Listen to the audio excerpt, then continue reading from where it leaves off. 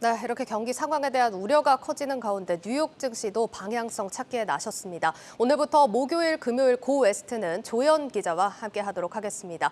네, 조현 기자, 오랜만에 또 글로벌 증시에 복귀를 해주셨습니다. 그런데 요즘 뉴욕 증시가 변동성이 좀 심한 장입니다. 간밤에는 그래도 좀 하락 마감을 했는데 그래도 하락폭이 크진 않더라고요. 그렇습니다. 시장을 긴장시키는 연준 위원들의 매파적인 좀 극단적인 발언들이 경고성 발언들이 나왔거든요.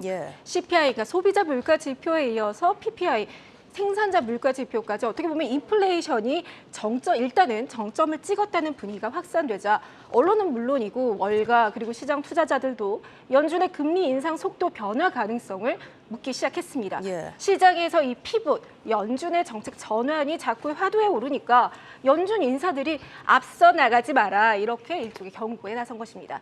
결정적인 한 방은 제임스 블러드 세인트루이스 연방은행 총재의 발언이었는데요. 최종 금리가 7%까지 갈 수 있다. 이런 점을 시사했습니다. 사실 제임스 블러드 총재가 워낙 매파적인 발언을 하기로 유명하다 보니까 이걸 감안하더라도 사실 7%면은 이전에 시장에서 예측치가 나오지도 않던 수치거든요. 좀 시장이 놀랄 수 있다 이렇게 생각이 드는데 진짜로 이럴 가능성이 있다고 봐야 되는 겁니까? 네, 결론부터 말씀드리면 7%는 좀 극단적인 아주 매파적인 기반에 따른 것이라고 볼 수 있는데요. 블러드 총재는 이날 켄터키주에서 열린 행사에 참여해서 발표에 나섰습니다.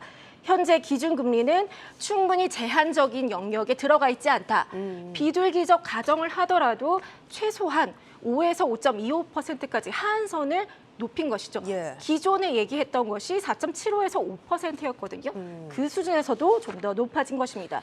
여기에 지금 보시는 자료가 블러드 총재가 직접 제시한 PPT 자료입니다. 이름도 써놓았는데요. 그렇네요. 네, 제목에 있는 이 충분히 제한적인 금리 수준, 이 부분을 바로 제롬 파월 의장이 먼저 언급한, 그러니까 연준이 강조하는 부분이라고 할 수 있겠죠. 그리고 부제목을 보면 테일러 준 측에 의거한 기준 금리 이렇게 되어 있습니다. 파란 선이 현재 실제 연준의 금리 수준이고 보시는 노란색 점선과 또 그 사이 회색 부분이 이제 테일러 준 측에 따라서 금리가 이 정도 수준 되어야 한다라고 얘기를 하고 있는데 보시면 하한선이 비둘기적 보았을 때 5%, 매파로 봤을 때는 7%가 현재 넘는 수준입니다.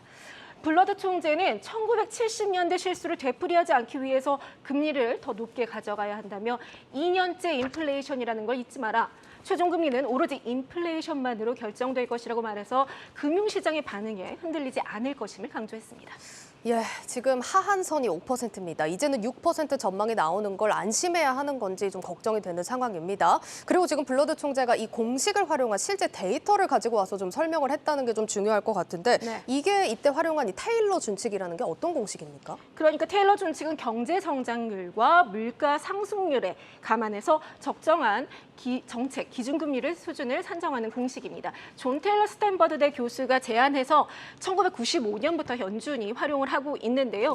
보시는 것처럼 균형 실질 이자율의 물가 상승률 그리고 여기서 인플레이션 갭이 실제 물가 상승률에서 중앙은행의 목표 물가 상승률을 뺀 것입니다. 그의 절반. 그리고 GDP 갭은 실질 GDP에서 잠재 GDP를 뺀 것이죠. 그래서 균형 실질 이자율은 당시에는 한 2%로 제시됐는데 성장률 하락세를 감안한다면 현재는 한 1% 수준이 맞을 것이다라는 의견들이 있습니다. 그래서 현재 데이터를 대입해 보면 한 5에서 7%가 나오고요. 최근에 이 존 테일러 교수가 인터뷰에 나섰는데 연준은 한 6%까지 그러니까 그 절반이죠. 기준금리를 올려야 할 필요가 있다라고 강조한 바 있습니다. 그런데 지금 이 공식을 두고 사실 지금의 상황을 반영하는 데 좀 한계가 있지 않냐. 이렇게 좀 일각에서는 비판하는 목소리도 큰 걸로 알고 있습니다. 어떻습니까? 맞습니다. 앞서 말씀드린 균형 실질 이자율이나 또 인플레이션과 GDP 갭에 부여하는 가중치 다 추정치이기 때문입니다. 그리고 무엇보다 글로벌 금융 위기 이후 연준이 양적화다 이 비전통적인 통화 정책을 적극 활용하면서 적정 금리 산출의 기준으로는 한계를 나타내기도 했습니다. 무엇보다 통화 정책은 물가와 성장률 외에도 다양한 요소를 고려해야 하겠죠. 물가가 뛴다고 기준금리도 그에 맞춰 널뛰면 금융시장이 혼란스러울 수밖에 없습니다.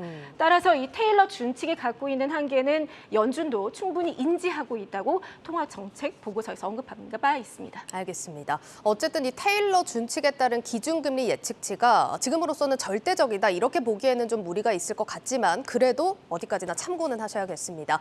그러면 다른 연준 위원들의 발언은 어땠는지도 한번 살펴보죠. 네, 블러드 총재처럼 좀 어떤 기준금리의 수준을 수치로 이야기한 사람은 메리 데일리 샌프란시스코 연은 총재 정도입니다. 예.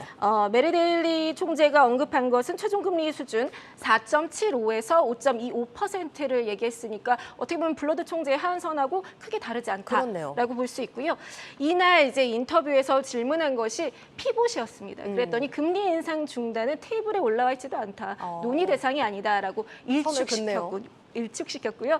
아무래도 이제 속도 조절은 더 많은 지표 확인한 이후에 하겠다라는 이야기를 했습니다.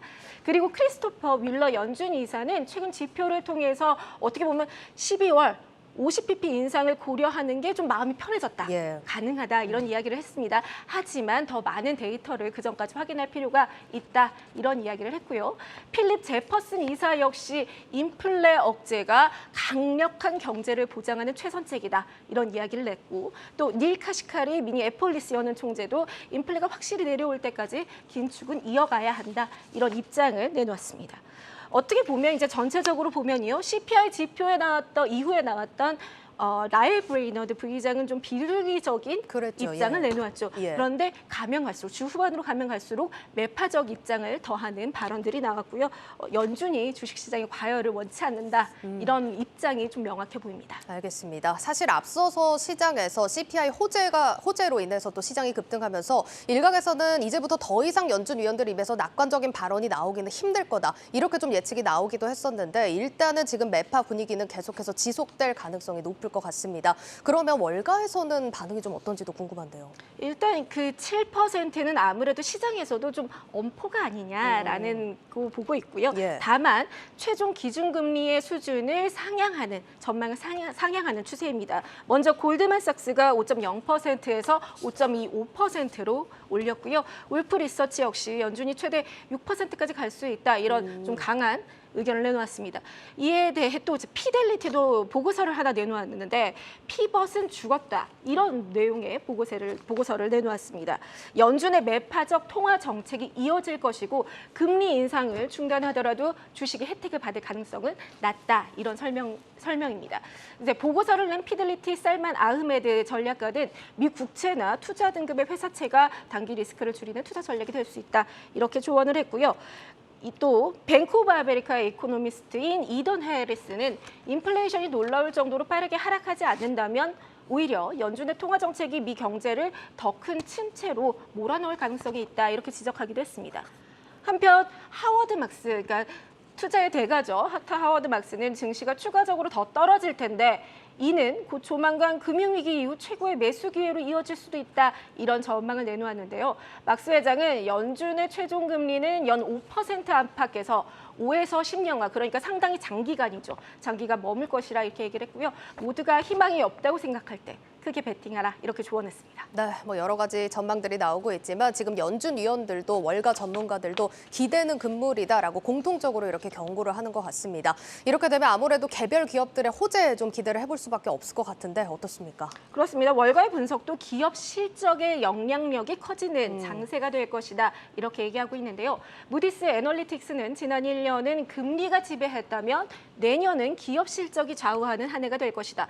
따라서 수익성에서 차이를 보이는 기업에 주목하라고 이야기했습니다. 예. 실제 최근 같은 업종 내에서도 상반되는 실적을 내놓으면서 그에 따라 주식이 급격히 움직이는 모습을 보이고 있는데요. 예. 백화점 체인인 메이시스는 고급 의류, 뷰티 용품 소비 증가가 호실적을 나타내면서 15% 늘었고요. 목욕용품 업체이죠. 베스앤바디웍스도 좋은 실적에 25% 급등했습니다. 반면 대형 마트 업체인 타겟과 월마트는 실적에 따라서 이렇게 희비가 엇갈렸습니다. 예, 알겠습니다. 여기까지 듣도록 하겠습니다. 고웨스트 조연 기자였습니다.